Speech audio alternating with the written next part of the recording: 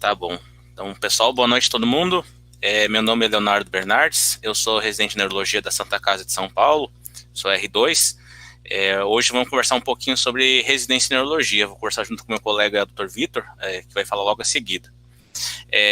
Bom, sobre a residência de neurologia, eu trouxe aqui algumas informações bem pertinentes, principalmente para aqueles que ainda estão na graduação, né, que não sabem como que funciona realmente o processo da residência, como se inserir nela. Comecei com alguns dados básicos em relação a ela.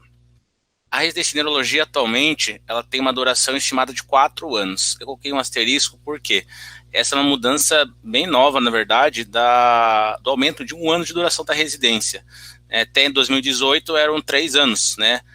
Tem muita residência ainda, inclusive a Santa Casa, que ainda são 3 anos, mas a orientação do Ministério da Educação é que já aumente 1 ano a mais. Já vamos falar o porquê disso e com mais detalhes a seguir. Bom, desses 4 anos, é importante frisar que o primeiro ano da neurologia, os residentes rodam basicamente na clínica médica ou na medicina interna, né?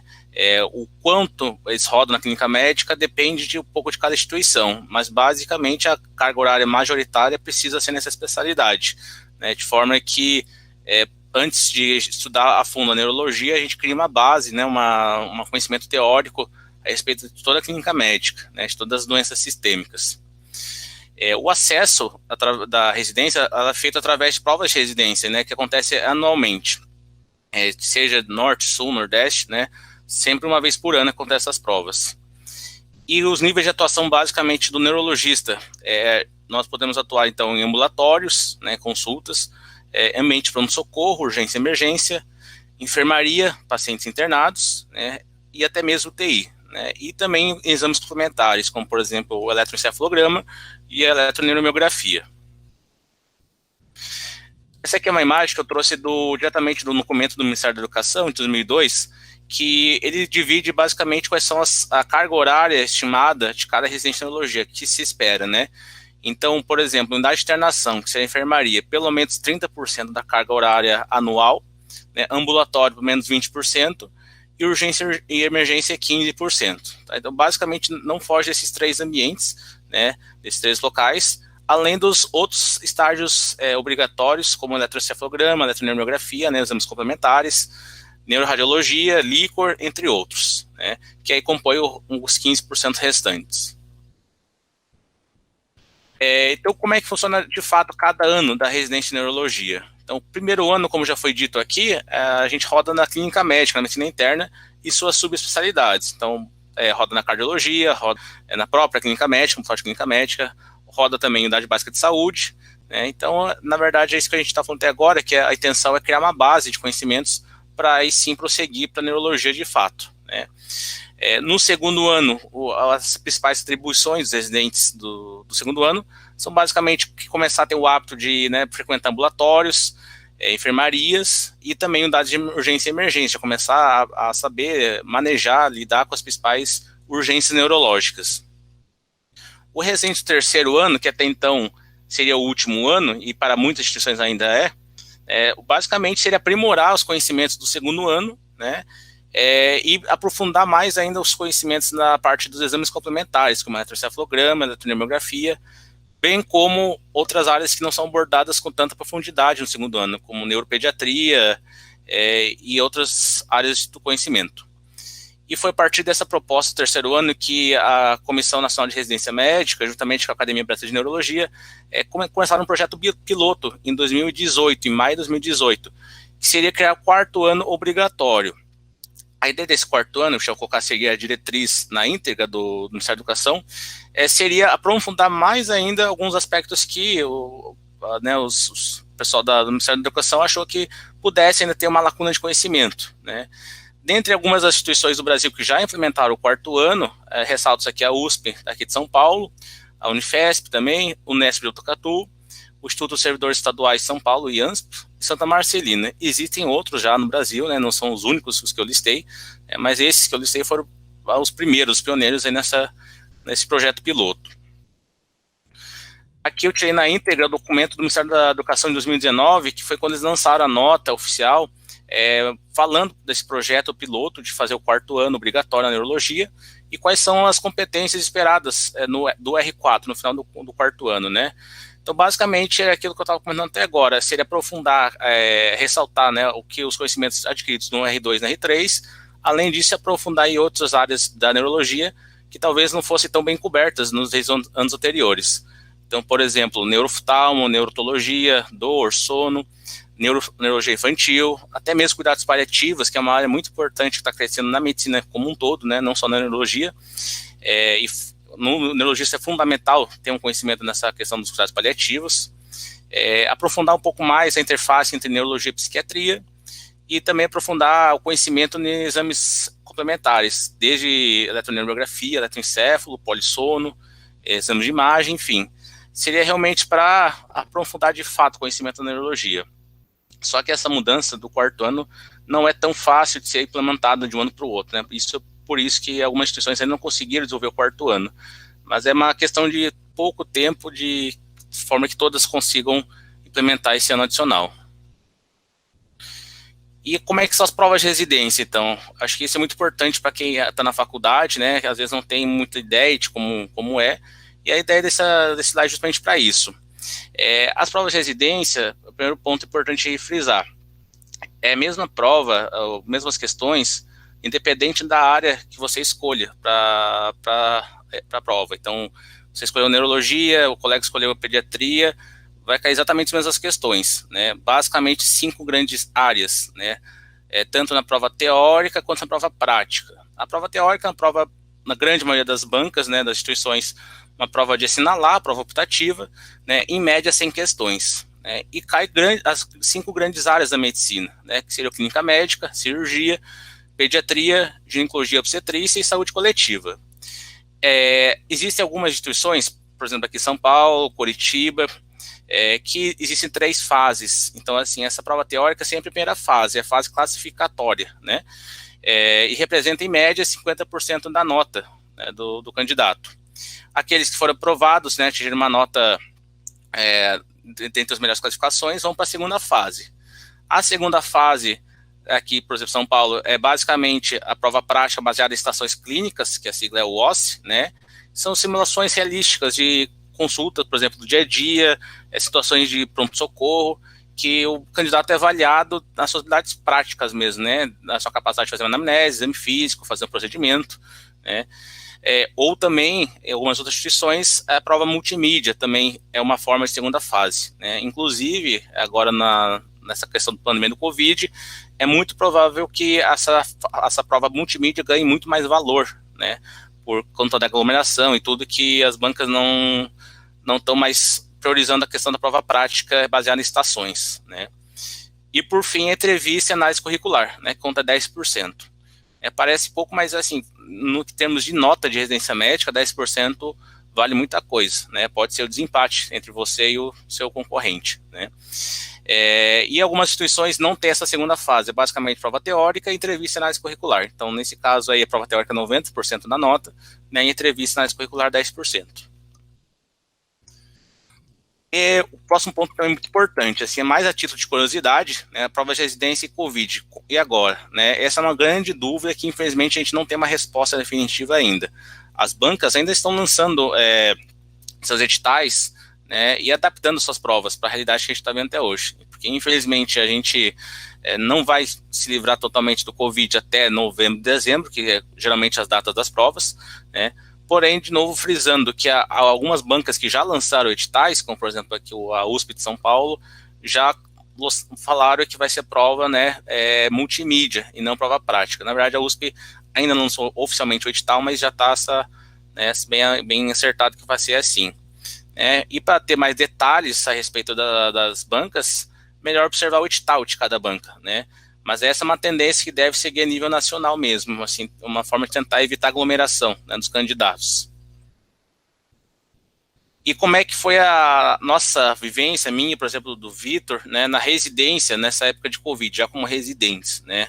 Eu vou falar da minha experiência pessoal, né, eu acho que o Vitor vai poder complementar depois a experiência dele na residência dele, mas basicamente, assim, praticamente unanimidade, que todos nós fomos afetados, né? A gente teve nosso cronograma, nossa escala toda afetada por conta do Covid, fomos realocados a atender pacientes suspeitos de Covid, né, de uma forma ou de outra. E do caso da Santa Casa aqui de São Paulo, eu coloquei basicamente alguns tópicos resumidos, que nossos ambulatórios, né, foram suspensos por 4 meses, justamente porque eram ambulatórios cheios, 30, 40 pacientes, e, enfim, pacientes muito deprimidos, idosos, tudo, e tanto para a segurança do paciente, né, dos pacientes, quanto para a nossa, a gente teve que suspender esses ambulatórios, né, com raras exceções ali de alguns que realmente não dava para suspender. Teve um menor fluxo de pronto-socorro, sim, de pacientes, né, mas essa é uma tendência já está começando a voltar ao normal, né, por conta do paciente começou a estabilizar muito tempo em casa, agora está procurando pronto-socorro, ficou até um limite que deu, e agora está retornando para pronto-socorro. E, na verdade, assim, esses 4 meses que a gente teve os ambulatórios suspensos, ainda é uma questão a ser decidida aqui em São Paulo. Basicamente, todos os residentes de São Paulo receberam um formulário da Associação dos Médicos Residentes aqui, propondo soluções para esses 4 meses perdidos, entre aspas, né? Entre as soluções, provavelmente a mais eficaz, a que vai ganhar a votação, seria um fellow opcional de 4 meses, ou seja, esse fellow seria você acompanhar o serviço que você está inserido por mais 4 meses, de forma voluntária, digamos assim, né? Você não vai ganhar mais a bolsa de residente, né? O que, assim, é uma proposta a nível da neurologia interessante, mas acho que na parte das áreas cirúrgicas é muito mais pertinente ainda, né?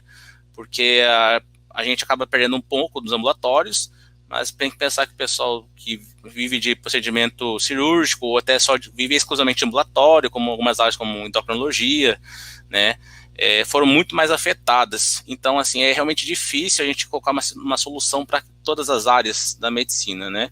Mas essa parece a mais coerente e é que está realmente na frente da votação, né? Então, talvez aí tenha um R4 opcional de 4 meses. Um R5, na verdade, né? Para algumas instituições já são R4. E, pessoal, a minha última mensagem, a ideia é ser uma aula um pouco mais rápida mesmo, para a gente conversar, ser mais uma conversa do que uma aula expositiva. É uma mensagem que eu particularmente gosto muito, né? Que eu levo tanto para a vida pessoal quanto profissional, que é a frase do Will Durant, né? Que basicamente fala que nós somos aquilo que fazemos repetidamente. Então, a excelência, na verdade, ela não é um modo de agir, mas é um hábito. Então, tanto para vocês que ainda estão na graduação, quanto para colegas médicos, neurologistas, e até para o campo pessoal, acho essa frase muito importante. Sempre tentar buscar excelência, né? Onde você estiver, né, como você estiver, né? E só de você já estar aqui nesse congresso, que já tinha apresentado o pessoal antes, né, está sendo muito bem organizado, com certeza já estão na frente de muitas outras pessoas, né, já estão buscando conhecimento, isso é muito importante. Basicamente é isso, pessoal, minha apresentação.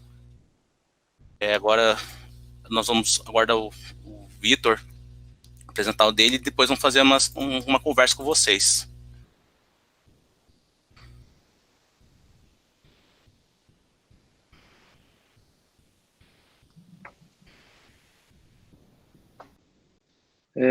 Primeiramente, obrigado pela oportunidade de estar aqui falando com vocês. Obrigado, doutor Leonardo, também pela introdução.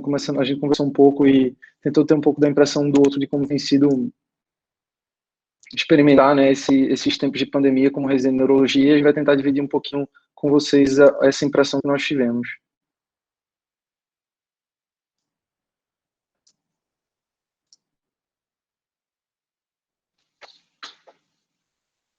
Tá dando para ver a tela aí, né? Tá aparecendo? Tá sim. Tá sim. Ok, perfeito.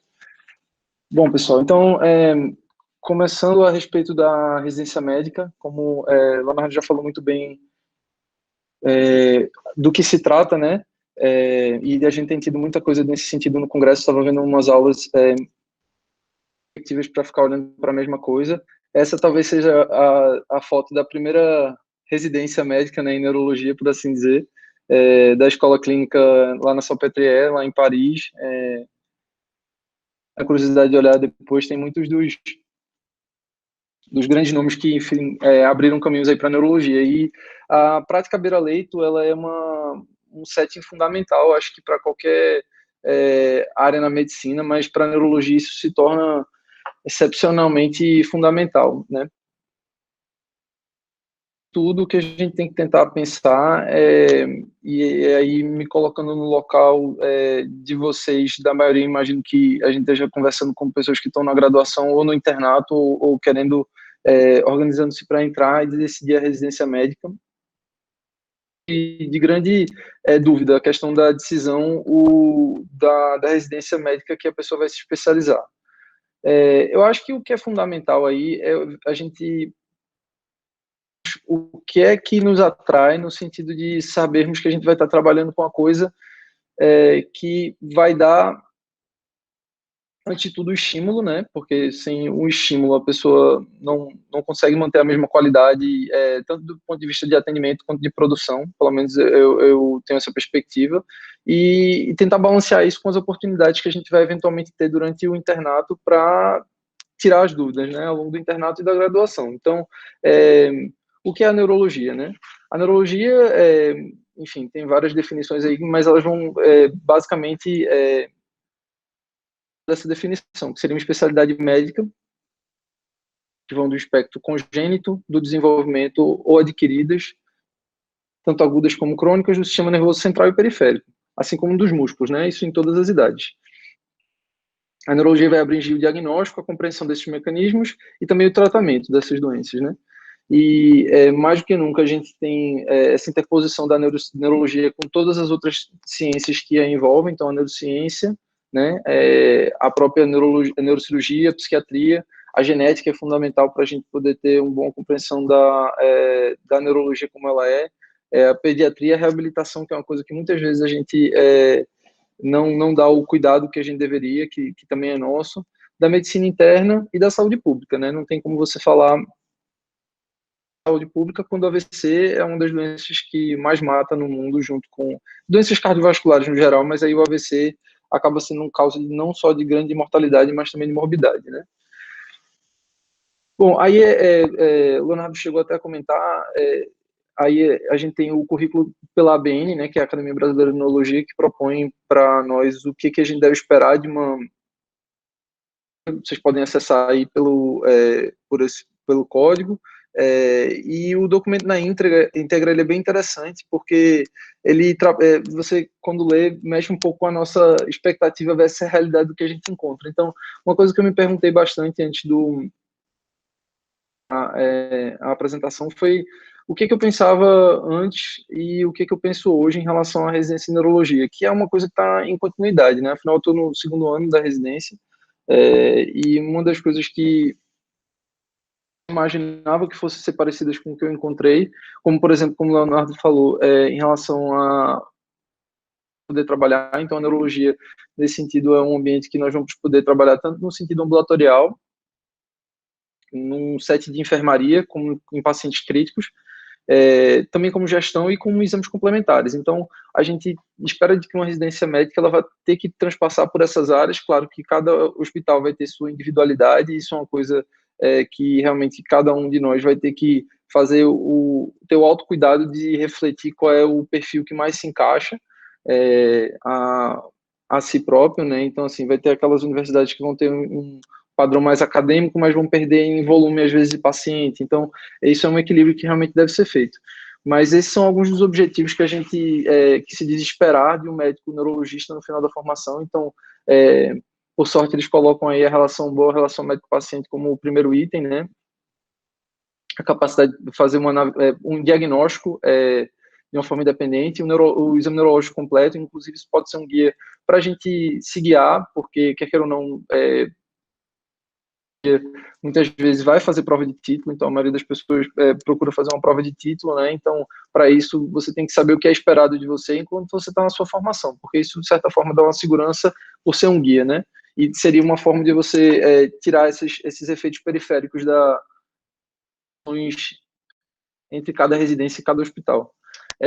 Então, tanto no que concerne a ele vai passar pela reabilitação, o acompanhamento, a interpretação de exames complementares, como exames diagnósticos, e a indicação, né, para a gente poder fazer cada exame. Vai falar um pouquinho em relação ao meu hospital-escola, porque, assim, eu acho que se eu estou falando de uma experiência de residência médica, que é o que eu tenho para tentar compartilhar com vocês, eu preciso contextualizar. Então, eu sou residente lá do Hospital Universitário Oswaldo Cruz, que fica em Recife, vinculado à Universidade de Pernambuco.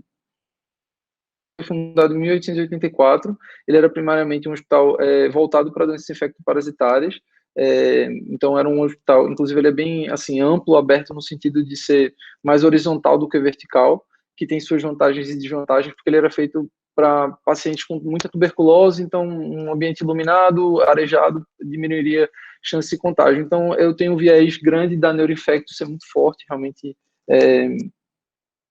nesse serviço, e é esse tipo de coisa que eu falo para vocês que deve ser colocado em consideração. Então, são coisas importantes a se pensar quando você está escolhendo sua residência médica.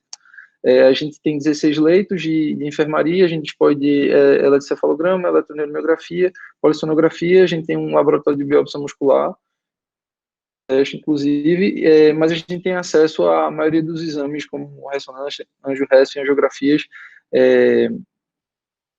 nos outros hospitais, pelo complexo hospitalar, que é o site para quem quiser acompanhar aí também, porque, como o Leonardo falou, é tudo uma incerteza muito grande, a questão de como serão os próximos editais, mas desde já eu concordo que eu acho que não tem uma resposta fácil, porque ainda que você faça um atraso de 4 meses, então quem tem interesse em fazer um fellow, por exemplo, em algum outro local, você vai ter que entender que você vai ter uma defasagem, né, em relação ao período do que você está fazendo, porque você não vai conseguir acompanhar no mesmo mês, né? Você, digamos assim, vai perder um tempo.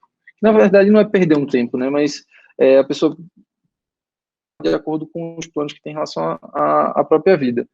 Então, assim, só para também ilustrar, a neurologia, quando a gente está na graduação, a gente ouve muita coisa de algumas pessoas que até falam como se não houvesse, fosse tudo a mesma coisa, né? Eu acho que se tem um paradigma a ser quebrado é esse, né? Então, essas são algumas, certamente eu devo ter esquecido alguma das subespecialidades que a gente tem dentro da neurologia, que são áreas que não necessariamente você vai se especializar naquilo e durante a residência você naturalmente vai ver mais, porque vão haver ambulatórios formais a respeito desses assuntos, mas são as vertentes que a pessoa pode seguir, né? Então, epilepsias, cefaleia ou dor, né?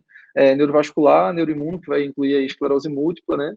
Neuroradiologia, neuroinfecto junto com LCR, que na verdade LCR seria uma especialização na pessoa que se dedica ao estudo e à prática da análise e da coleta do líquido cefalorraquidiano, a medicina do sono, né? Que não é só a neurologia que você tem o acesso, mas aí a gente vai ter um direcionamento maior ao sono em si, né? Neurogenética, que é fundamental no nosso dia de hoje, porque muitas das doenças que foram descritas e das síndromes que a gente tem se sobressaindo e se sobrepujando são, na verdade, entidades genéticas que antes a gente não conseguia fazer o diagnóstico, né? Neuromuscular, neurologia do comportamento, cognição, neuro-oncologia, distúrbios de movimento, neurointensivismo, que também é uma coisa que o neurologista ele pode seguir o caminho da terapia intensiva, é uma especialidade do pré-requisito, muito embora agora estão havendo algumas mudanças no sentido de terapia intensiva vai começar a ser acesso direto daqui a um tempo. Neurotologia, oftalmologia, neuroendócrino e neurosonologia, que na verdade se trata do uso de ultrassonografia como método de avaliação neurológica, como o Doppler transcraniano. Não considerando aí, por exemplo, a neuropediatria, a neurofisiologia, e aí entendo por neurofisiologia também a especialização para fazer eletrocefalograma, eletroneuromiografia, potencial avocado, utilizar também para monitorização intraoperatória, né? Bom, eu acho que é importante também quando a gente pensa numa perspectiva de uma residência qualquer, seja ela que for, a gente tem que saber aproveitar os recursos que tem disponíveis, né? Muitas vezes a gente se sente muito inseguro em relação do que a gente precisa fazer, como é que a gente vai fazer, mas na verdade muito disso já está disponível para a gente, né?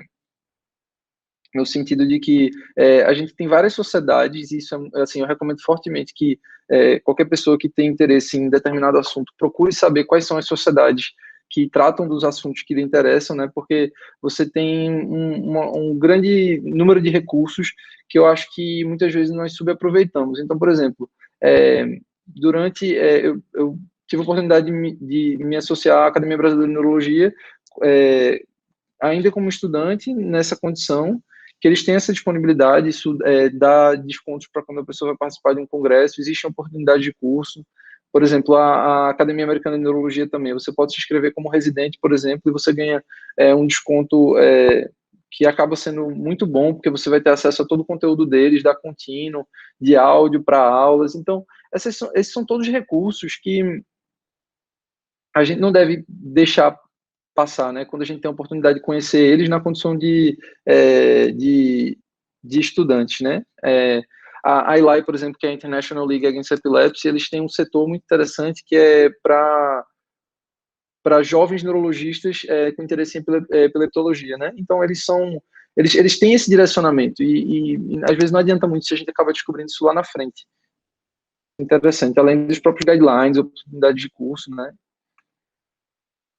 Bom, então acho que também para neurologia a gente tem que sempre lembrar da questão que é um nome talvez seja meio estranho para alguns, a questão da neurofobia, né, que se fala, mas a gente tem inclusive literatura a respeito disso. Esse é um artigo da Revista Brasileira de Educação Médica de 2018, que cria um tabu em relação ao estudo da neurologia. Eu não sei se é porque quando a gente, em geral, vai ser apresentado a neurologia ou a neurociência no começo do curso, para quem já não inicial, a forma é muito seca da gente receber. Então a gente vai ver aquela neuroanatomia, a gente vai ver todo aquele correlato neurofisiológico sem conseguir aplicar aquilo ali de uma forma clínica e prática, né? Então eu acho que isso cria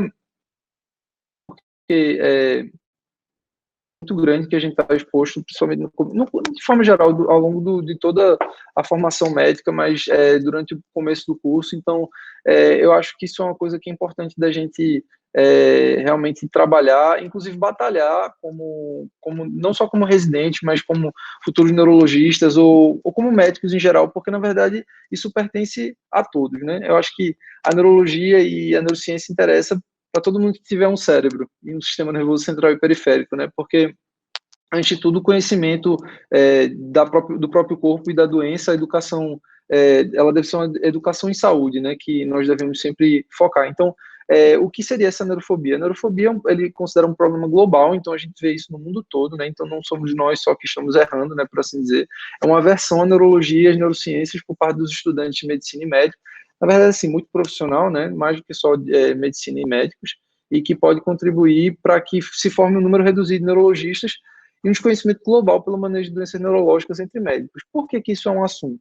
Porque você chega e existe uma dedicação enorme para vários assuntos que não são menos importantes, mas aí você tem um AVC, que é uma doença que mata e que hoje em dia a gente consegue salvar as pessoas no sentido de reverter déficits de uma forma aguda se você tiver um sistema que funcione, e as pessoas muitas vezes desconhecem do manejo inicial, de como proceder, de para onde levar.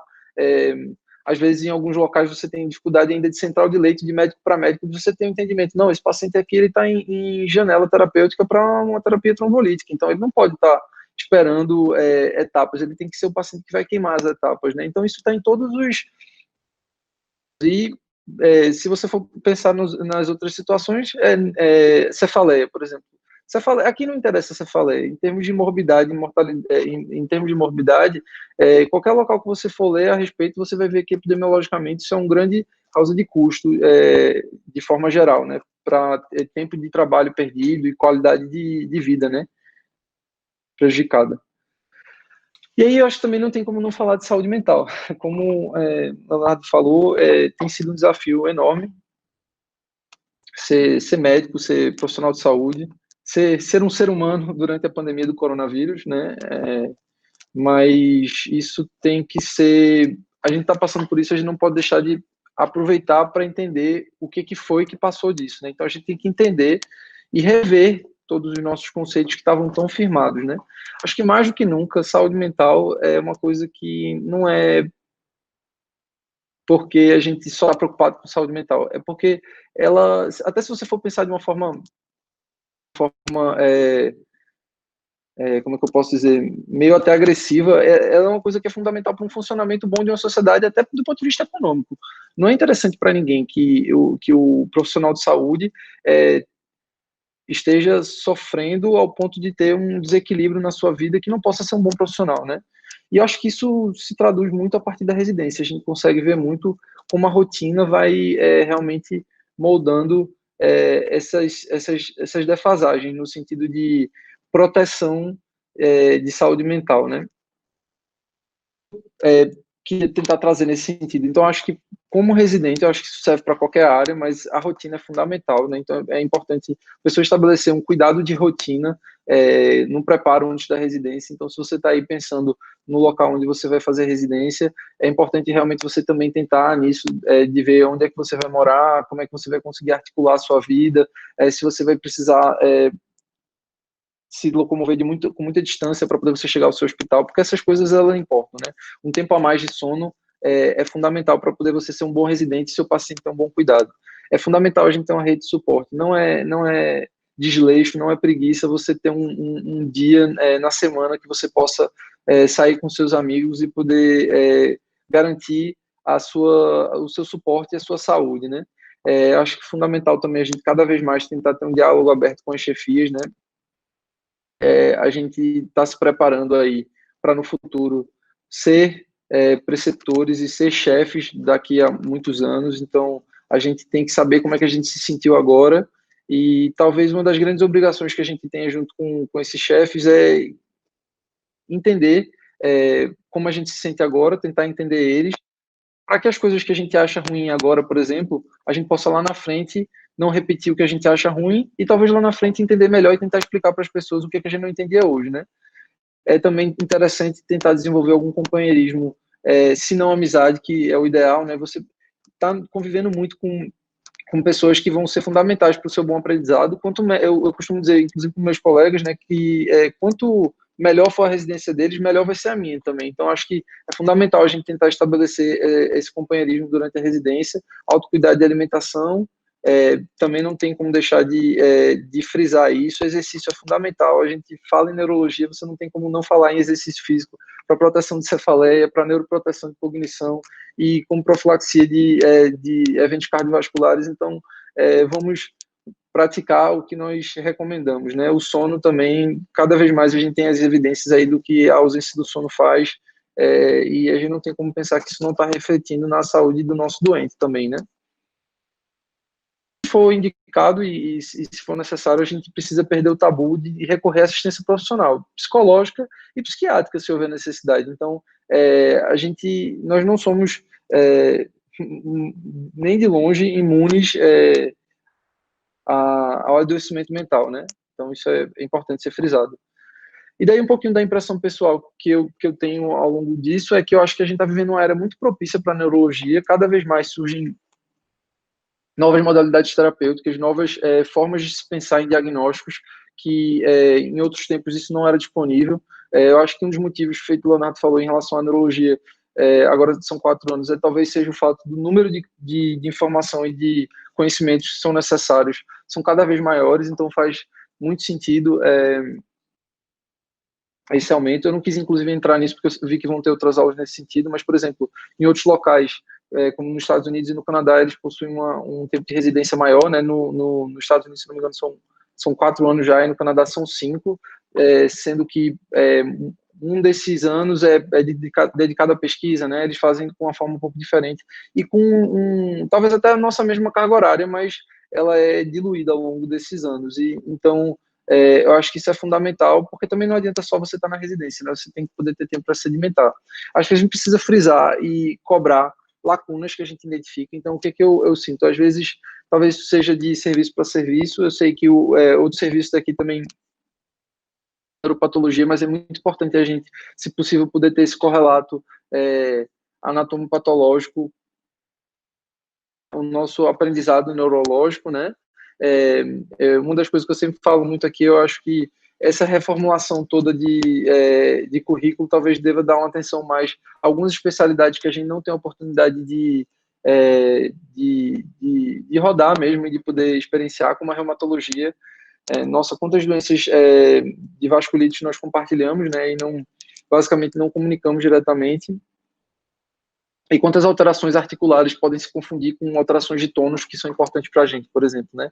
O fisiatria, que eu não sei se vocês conhecem, se todos vocês conhecem, mas se não conhecem, por favor, procurem se informar, porque é uma área, inclusive, que precisa muito de médicos, é uma especialidade da reabilitação médica, né, física médica nesse sentido. Então, é uma área que nós precisamos conhecer mais, porque não adianta só o diagnóstico e o tratamento das doenças neurológicas, a gente precisa incluir a conversa da reabilitação como um contínuo que não pode fugir da gente.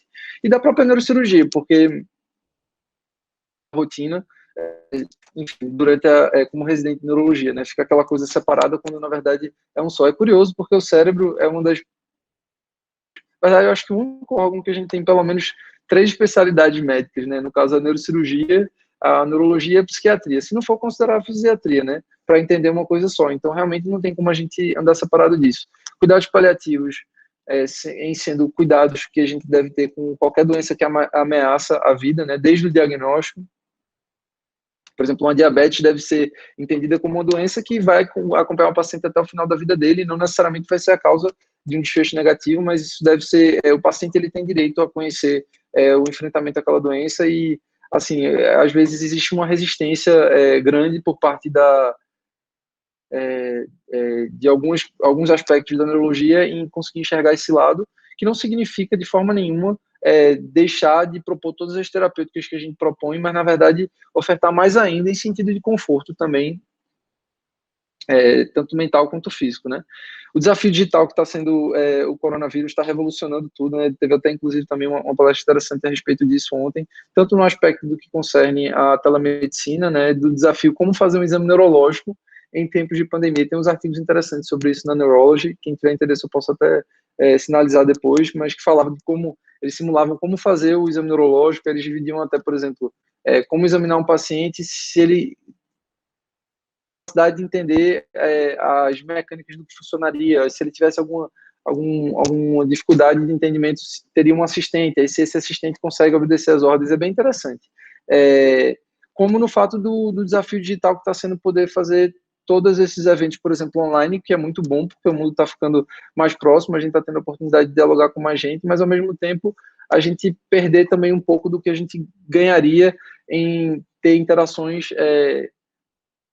pessoais e ao vivo, né? E a gente entender como vai ser isso depois dessa pandemia. Acho que a clínica médica é uma coisa que eu nunca entendi muito bem, mas a clínica médica não roda na neurologia, né? Durante a própria residência de clínica médica. Isso é uma coisa que talvez a gente precise começar a conversar sobre isso, né? Porque a neurologia não pertence só ao neurologista, ela é do médico, enfim, né? Todos precisam ter um conhecimento básico, né? Realmente é um treinamento que precisa ser feito de uma forma crítica, como eu tinha falado. A gente tem que ter um pensamento lá na frente. Então, o que é que eu sinto hoje que eu posso e o que a gente vai tentar levar daqui para frente? O que eu senti agora para a gente não chegar lá e acabar se esquecendo um pouco do que a gente achou ruim, né? Então, acho que isso faz parte da formação também, né? Não esquecendo que, ao se formar neurologista, você também está se formando preceptor, orientador, né? De muitas formas e aspectos, tanto de paciente quanto de outros profissionais. Tem uma frase que eu gosto muito de um médico que eu sou muito fã, que é o Oliver Sacks, aí quem tiver ainda tempo nessa pandemia, nesse mundo de informações, ele tem alguns livros interessantes, esse daí é um dos mais famosos, né, O Homem que Confundiu Sua Mulher com o Chapéu, que ao examinar a doença, nós ganhamos sabedoria a respeito da anatomia e da fisiologia, além da biologia. Aí, ao examinar a pessoa com a doença, nós ganhamos sabedoria a respeito da vida, né, então isso muda bastante a perspectiva. Lá da nossa equipe, com nossos staffs e alguns residentes. Obrigado, tá aí o meu contato e estou à disposição. Primeiramente, obrigada, doutor Vitor e doutor Leonardo. Foi uma excelente abordagem. Tivemos algumas perguntas e eu vou aqui fazendo para vocês irem respondendo. Aí vocês decidem quem fala, quem responde, os dois, enfim. Perguntaram se vale a pena mudar de cidade para buscar um serviço melhor. Bom, acho que posso começar, Isis. Bom, é uma pergunta bem interessante, eu acho que é uma pergunta complexa, né? Depende, assim, basicamente da própria perspectiva de vida da pessoa, né?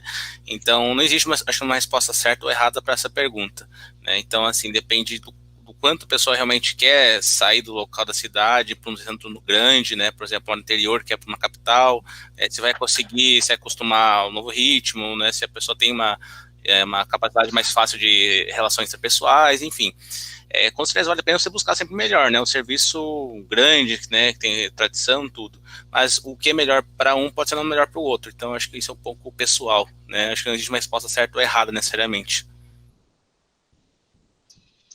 Perfeito. Eu concordo com o que o Leonardo falou, eu acho que é isso mesmo, e não só, não existe uma resposta certa em relação a pessoas, mas também em relação ao momento da vida da pessoa, né? Acho que tem diferentes momentos que talvez a pessoa tenha respostas diferentes, e eu acho que é sempre uma balança nesse sentido de tentar avaliar se você vai conseguir ter um pouco disso até do que eu falei da rede de suporte, de condições de você ter condições de estudar, não só vivenciar a residência, e com o entendimento de que a formação ela não vai acabar nunca, né? Então, não só terminando a residência, você tem a oportunidade, inclusive, de fazer fellow, de fazer outros tempos realmente se dedicando a outras áreas, e que você pode, digamos assim, correr atrás de lacunas que você sinta que houveram durante a formação, mas claro, é sempre interessante você desejar estar num centro de excelência que vai estar lhe tornando um profissional mais atualizado, com mais recursos disponíveis, sem falar no networking, que é fundamental também.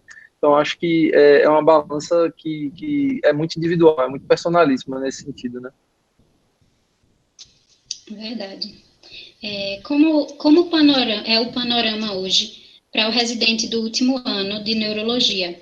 O que ele deve focar e esperar após concluir a sua residência? Eu sei que vocês estão no R2, né? Isso.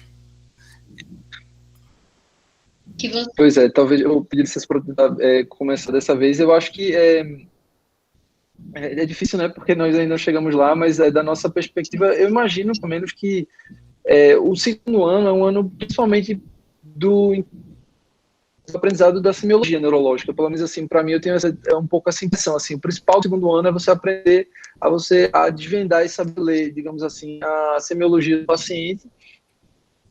E aí, no terceiro ano, seria o momento que você iria se dedicar melhor tanto ao diagnóstico como à terapêutica, né? O diagnóstico ficaria na interface dos dois. Então, acho que seria o terceiro ano é esse momento de você talvez tentar ver qual área que você se identifica melhor, mas, na verdade, neurologia geral é um conhecimento básico importante para todos, mas eu acho que a perspectiva do residente do terceiro ano é isso, focar principalmente no atendimento ambulatorial, principalmente para você pegar um grande volume de pacientes, mas para poder você ter essa perspectiva dos tratamentos mesmo. Eu pensaria um pouco desse jeito.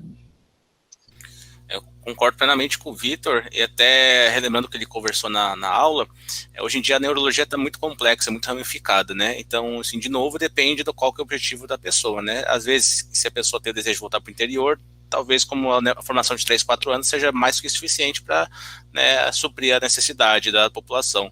Mas hoje em dia existem inúmeras possibilidades de fazer um fellow em várias áreas, então, assim, o horizonte é enorme. Eu acho que não existe uma resposta única para se perguntar também, né? Depende de cada pessoa, das perspectivas.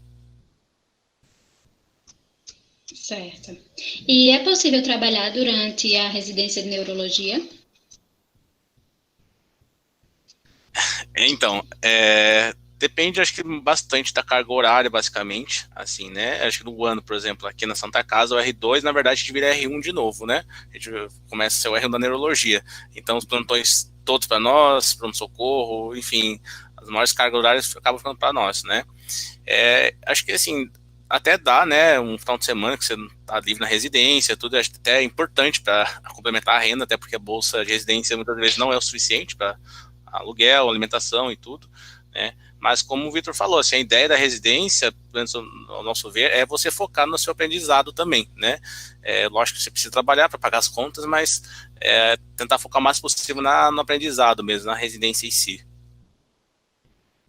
Perfeito, eu acho que eu concordo com o Leonardo, eu acho que é uma pergunta que, obviamente, a gente não vai chegar aqui e vai dizer que não é que uma coisa que é comum de você ver, a gente vê isso com frequência, mas eu acho que a gente deve tomar muito cuidado, da mesma forma quando a gente está se preparando também para a prova de residência, de você não passar dessa linha do quanto que você vai estar realmente ganhando e quanto você vai estar perdendo, até financeiramente, por não estar aproveitando corretamente aquele momento que é tão fundamental. Talvez uma coisa interessante, além desse próprio limite, né, que aí vai depender muito do momento de cada um, da peculiaridade de cada residência, e claro, da realidade, porque se você está dentro da sua própria cidade natal e você tem um suporte da sua família, às vezes é diferente de você estar em uma outra cidade, se você divide apartamento ou não, que são todas coisas que a gente tem que pensar, né? Talvez seja interessante tentar, de alguma forma, vincular essa experiência de trabalho com alguma coisa que lhe seja útil do ponto de vista da formação de neurologia, mas que, claro, assim, por exemplo, então está num serviço que você possa ter contato com neurologistas e você possa ver o atendimento de outros tipos de pacientes que você não veja na sua residência. Então, um local que, por exemplo, você lide mais com pacientes com síndromes neurovasculares, enquanto que na residência talvez você não veja tanto isso, né? Então, eu acho que seria uma coisa a se pensar também, de certa forma. Né? Entendi. Para o residente que busca fazer sua prática, principalmente em consultório, o fellow é imprescindível? Não acho que seja imprescindível, né? O fellow, o fellowship, a ideia é que você vai acompanhar um centro de expertise, ele é diferente do quarto ano da residência, de uma outra prova de residência. Por exemplo, você pode fazer uma residência em neurofisiologia, mas você pode fazer um fellowship em neurofisiologia, né? Seria a ideia de você acompanhar um médico experiente para poder você se tornar apto e especialista naquela sub-área, né? Mas, claro que toda formação, ela sempre vai complementar, mas, embora a neurologia ela dê essa versatilidade de settings que a gente possa trabalhar, ela é uma especialidade eminentemente ambulatorial. Então, assim, espera-se que a maior parte da sua residência você já vai estar se dedicando ao atendimento ambulatorial dos pacientes. Então, isso, por si só, já geraria uma bagagem para poder você começar a desbravar, mas obviamente que a neurologia é uma área muito ampla, então acho que mesmo com um fellow, se essa segurança da certeza de poder atender com tranquilidade, sem medo de não saber alguma coisa, isso não vai resolver, eu diria um pouco por aí. Concordo plenamente com o Vitor. Acho que sim, depende também da intenção da pessoa, mas como a neurologia, a residência de neurologia é bem completa mesmo, né? Mas, por outro lado, isso não deixa a gente saber 100% das coisas, né? Pelo contrário, a gente, como o Vitor disse, está sempre se aperfeiçoando, sempre estudando, né? Mas acho que, essencialmente, assim, a pessoa pode sim ser um bom neurologista sem fellow, né? Depende da ambição dela, onde vai trabalhar, tudo, né? Joia. Durante a residência ocorre muita interdisciplinaridade de aprendizado, principalmente? Eu acho que, assim, acontece bastante de a gente ter uma discussão com equipe multidisciplinar, né, principalmente pronto-socorro, fono, físio, enfermagem. A neurologia, na verdade, não só a neurologia, mas a classe médica precisa de outras especialidades, né, de outras profissões também, né. O que o Vitor ressaltou da fisiatria, eu vi muito isso quando eu rodei lá também, né. A gente precisa muito do apoio da fisioterapia, da fono, né, da nutrição. Então, sim, pelo menos na Santa Casa a gente vê bastante essa discussão com outras equipes, né. Eu acho que no Brasil todo essa tendência mesmo, de cada mês, assim, dividir as atribuições, né, de cada equipe. Ainda mais com a quantidade de pacientes, a gente sabe como a gente lida com sistemas de saúde esgotados, então a gente tem que ter muitos olhos olhando para a mesma coisa para a gente tentar deixar passar pouco, né? Tentar otimizar. Então, por exemplo, é fácil ter esse entendimento de como isso é fundamental e que se não existe essa disciplinaridade, alguma coisa está muito errado. Pegamos o exemplo de um paciente com, por exemplo, esclerose lateral amiotrófica, que é um doente que você sabe que vai ter uma doença degenerativa, que você vai provocar adoecimento não só no paciente, como na família, então você vai precisar de um suporte psicológico. É um paciente que muitas vezes a gente vai estar falando em traqueostomia e gastrostomia precoce, então a gente está evitando uma desnutrição precoce, então você tem que estar com um nutricionista do seu lado e você não vai ter o know-how para poder você poder saber indicar qual é o melhor tipo de suprimento para aquele paciente, a fonoaudiologia para você entender qual é esse momento que o paciente vai poder proteger via aérea ou não. Então, isso é uma discussão que está em todas as áreas da gente, isso desde da epilepsia, das síndromes vasculares, não tem como não haver essa multidisciplinaridade. Agora, se a gente consegue ter isso da forma como a gente deveria, aí a minha resposta seria um pouco eu acho que ainda está insuficiente, porque está insuficiente até entre as áreas médicas, né? a gente, por exemplo, neurologia e psiquiatria surgiram juntos, se separaram e tá na hora de se juntar mais perto de novo, mas a gente não está acontecendo ainda isso. Lá nos Estados Unidos até existe fellow que você faz uma abordagem neuropsiquiátrica com as duas abordagens, mas até nessas áreas de perspectiva a gente tem uma dificuldade ainda de ter essa interdisciplinaridade, né, quiçá com as outras grandes áreas, né, da saúde. Perguntaram para Dr. Vitor como diria que a pandemia afetou sua residência na questão do aprendizado? Pois é, perfeito. Então, assim, é interessante essa pergunta, porque é uma coisa que eu ia falar e não me dediquei tanto nesse aspecto, porque o meu hospital escola ele foi a referência, né, aqui em Pernambuco, no sentido do atendimento aos pacientes com coronavírus, né? Então, nossa residência, basicamente, de um dia para o outro, a gente se viu tendo que lidar com pacientes com coronavírus, né? Então, todos os nossos preceptores, isso foi uma coisa assim que levou muita reflexão, porque muita gente que estava em outras áreas, acho que isso aconteceu no Brasil todo, se voltar os olhos para isso. Então, assim, óbvio que teve um prejuízo de aprendizado nesse sentido, mas também trouxe frutos, né? Porque, assim, a gente tem que sempre tentar ver os dois lados de tudo que acontece. Se a gente não fizer isso, a gente vai estar perdendo oportunidades. Então, a gente está, inclusive, fazendo um projeto com pacientes com cefaleia pós-coronavírus. Então, a gente está tentando entender como o coronavírus, que hoje em dia cada vez mais a gente vê como uma grande endotelite, né? Causa cefaleia, fenômenos tromboembólicos.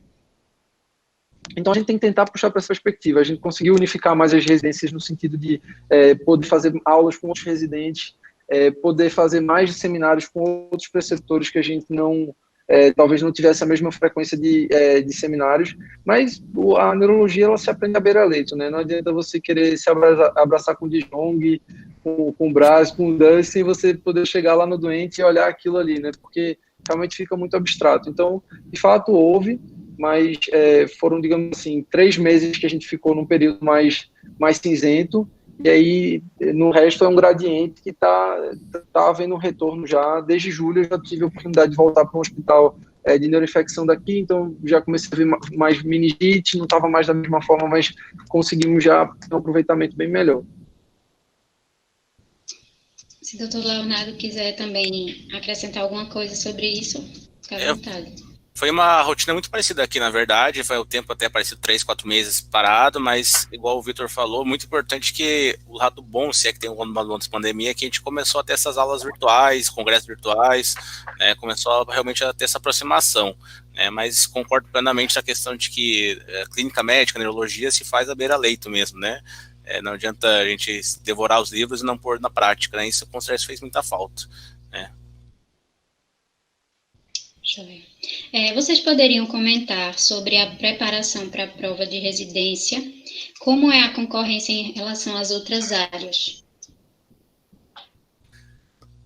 Quer começar, Vitor? Pode ficar à vontade. Então, essa é uma pergunta bem complexa, na verdade, né? Assim, daria para ficar 2 horas falando só sobre isso, né? Mas, assim, eu acho que dependente de qual ano você tiver, já é importante ter uma programação, né? Ter um planejamento, né? Você já pensar onde você quer prestar, né? Já pesquisar quantas vagas, enfim, pensar nessa questão também de mudança, toda essa questão, digamos, o background atrás não só da prova, né? Mas, assim, eu acho que o fundamental de qualquer estudo para prova, concurso, é você ter disciplina, ter um cronograma, né? Ter uma meta bem estabelecida, e ter uns materiais na mão, mas acho que principalmente você ter disciplina, né, e ter persistência. Acho que esse é o grande segredo. Né? E aí existem vários cursinhos que, lógico, ajudam muito, mas, assim, de novo, quem vai ser o responsável pelo seu sucesso é você mesmo, né? Ninguém vai poder segurar na sua mão e te dar a vaga, né? E a concorrência, a neuroclínica é uma das mais concorridas mesmo no Brasil. Eu lembro que no ano que eu fiz a prova aqui, até no HC aqui da USP, foi a mais concorrida, mais que neurocirurgia, mais que oftalmo, e acho que é uma tendência, está numa ascendência, na verdade, de concorrência, né? Até pelo número de vagas de medicina que estão surgindo no Brasil, né? A tendência é que só aumente a concorrência, porque as vagas não estão aumentando, né? Só os candidatos. Além disso, o que eu também acrescentaria, eu acho que não tem muito o que falar em relação ao estudo, é muito isso mesmo. Eu acho que é importante também a pessoa tentar, de certa forma, se inteirar do serviço que a pessoa vai querer ir. Então, talvez até falar com pessoas que são residentes do local que se deseja, para ter um entendimento como foi a experiência de prova, né? Principalmente quando você fala de um local que tem a prova prática, para poder você também poder entender como é que vai ser aquele local, para poder você também ter um componente de motivação, para poder você manter essa rotina. Mas eu acho que é muito importante a gente lembrar, eu acho que essa pandemia mostrou muito bem isso, e aí é uma coisa muito pessoal, mas eu acho que é fundamental a gente saber separar muito bem essa questão do estudo para uma prova de residência e não deixar de lado a formação do médico durante o internato, porque eu acho que quando você passa, a prova, ela acaba, né? Você se dedica àquele momento, àquela prova, você sabe que cada local tem aquele estilo, você vai e faz, mas o que vai ficar também é o que você sedimentou. Então, você pega aí uma pandemia dessa que não tem coisa pior para a disciplina e para o cronograma do que a incerteza, que é o que a gente teve e está tendo, né? Então, do que adianta você tanto se planejar, tanto se preparar, e quando você vê, passou a oportunidade dos meses reduzidos que você teve e você não conseguiu sedimentar para você ter uma base boa na residência que você for fazer, seja lá onde for, né? Que eu acho que a frase do Leonardo que ficou para mim é isso, de você, o que fica no final das contas é o que você fez individualmente, né? Assim, acho que você que vai ter que correr atrás nesse sentido. A maioria das subespecialidades são através do fellow ou de residência? Pode falar. Pode falar, Zito, pode falar.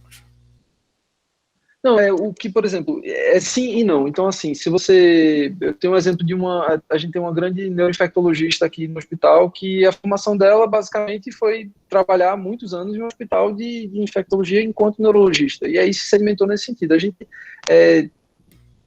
tem outras áreas que já tem isso bem sedimentado. Então, você já tem, por exemplo, áreas que epilepsia, você tem a necessidade de um fellow e tudo mais. Você já tem essa oportunidade de ter alguém que vai sistematicamente lhe colocar numa grade que você vai aprender aquilo. Mas muitas vezes isso não vai ser possível. Então, muitas vezes vai ser acabando... Porque, assim, por definição, o fellow é você acompanhar uma pessoa, né? Então, assim, você muitas vezes vai ter que ter uma figura que você vai ter que meio que acompanhar para se dedicar aos estudos daquela área, mas não necessariamente. Mas que tem essa disponibilidade, o ideal é que você faça, né? Porque, enfim, as coisas são muito rápidas, né? E não tem como você estar atualizado sem você estar inserido digamos assim, no meio de conversas e as pessoas falando a respeito disso, né? Eu acho que o fellow é mais maleável, assim, de você conseguir se inserir, né? Encontrar aí uma área, né, do seu interesse. A residência, seu R4, no caso R5 agora, são realmente poucas vagas, né? Mas, igual o Vitor ressaltou, é muito individual a questão do fellow, né? Você acompanha alguém, um serviço especificamente, a entrada até é um pouco mais fácil, realmente, de, né, fazer parte, mas o aprendizado é tão importante quanto, é basicamente igual, né? Tanto da residência quanto do fellow. Vocês poderiam falar um pouco mais sobre como costumam ser os R+?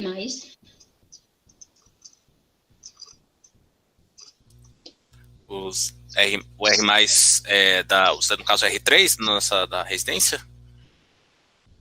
Eu creio que foi esse o intuito da pergunta. Na verdade, assim, a gente não chegou lá ainda para afirmar com tanta certeza como realmente mas pelo manual do Ministério da Educação, seria basicamente reforçar as competências do R2, que, como muito bem o Vitor falou, R2 você está sendo introduzido à neurologia, então você vai basicamente estudar desde a anatomia, neoanatomia, semiologia propedêutica, você vai começar a entender como que funciona o sistema inteiro, né? Para aí no R3 você começar a aplicar de fato isso nas doenças, tratamento, diagnósticos, né? Eu acho que basicamente essa é a hierarquia, né? E já dando uma pincelada nos exames complementares também. Perfeito. Eu não sei se a pergunta da pessoa que fez pensou também nesse sentido da relação com o próprio R3, né, digamos assim, com R+, mas eu acho que isso, como o Leonardo falou, dessa hierarquia, ela é no sentido também em atitude de orientar, né? Eu acho que esse deve ser a ideia da lógica da coisa em si, porque, como eu tinha até comentado na apresentação, a formação ela é uma formação não só como neurologista, mas também como preceptoria, porque quer ou não, a gente sabe que quem vai estar ali, muitas vezes, preceptorando a gente vai ser uma pessoa com mais experiência, né? O R3 vai ajudar o R2. E aí são as relações humanas, né, com todas as suas nuances aí, de individualidades e talvez até de um componente de sorte, de estar num componente com pessoas que, enfim, você possa ter uma afinidade, mas eu acho que aí, antes de tudo, respeito e tentar deliberadamente criar um pouco essa afinidade, porque não faz sentido você jogar contra o seu próprio time, né? Ali, quanto melhor você tem um ambiente, mais produtivo, mais produção acadêmica, mais, enfim, mais tudo, né? Eu acho que é por aí. Não sei se contemplou a pergunta. Eu creio que sim. Vocês tiveram alguma dúvida entre clínica e cirurgia na neuro? Em algum momento? Ou já sabiam que queriam? Olha,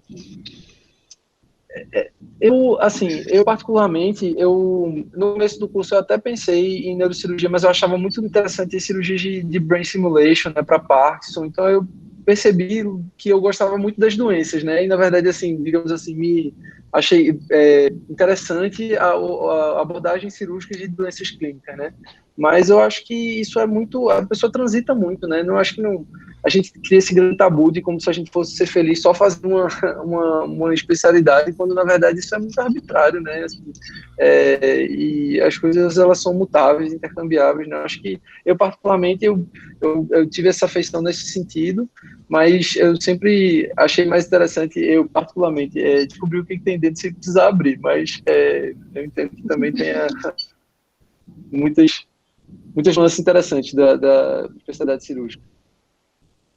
Eu acho que cada um tem suas qualidades, mas também fico com o Vitor de novo. Eu acho muito mais interessante conversar, assim, examinar com cautela, formar um raciocínio, sem precisar abrir o paciente, né?